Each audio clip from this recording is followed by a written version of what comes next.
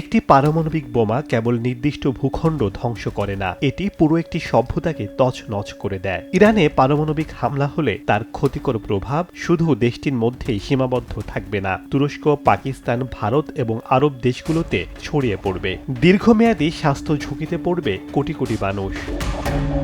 Donald Trump সত্যি যদি তেহরানে পারমাণবিক হামলা চালায়, ইরান সাথে সাথেই হরমুজ প্রণালী বন্ধ করে দেবে। বিশ্বের 20% জ্বালানি তেল এই পথ দিয়ে পরিবাহিত হয়। এর ফলে তেলের দাম ব্যারেল প্রতি $300 ছাড়িয়ে যেতে পারে, যা বিশ্বজুড়ে দুর্ভিক্ষ আর হাহাকার ডেকে আনবে। এছাড়া ব্যাপক অগ্নিকাণ্ডের ফলে বায়ুমণ্ডলে যে কালো ধোঁয়া সৃষ্টি হবে তা সূর্যের আলো কয়েকদিনের জন্য ঢেকে দিতে পারে। এতে বৈশ্বিক তাপমাত্রা কমে গিয়ে কৃষি ব্যবস্থা ধ্বংস হবে, যাকে বিজ্ঞানীরা বলেন নিউক্লিয়ার উইন্টার।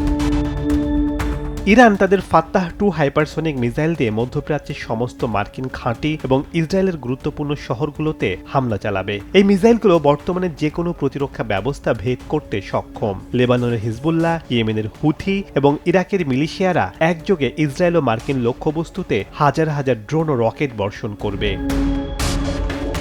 যদি ইরান মনে করে তাদের অস্তিত্ব শেষ, তবে তারা ইসরায়েলের পারমাণবিক কেন্দ্রগুলোতে সরাসরি আঘাত হানবে। এটি হবে একটি আঞ্চলিক পারমাণবিক বিপর্যয়ের শামিল। বিশ্লেষকরা মনে করেন, পারমাণবিক যুদ্ধে কোনো পক্ষই বিজয়ী হয় না। যা অবশিষ্ট থাকে তা হলো কেবল ছায়ার দীর্ঘশ্বাস।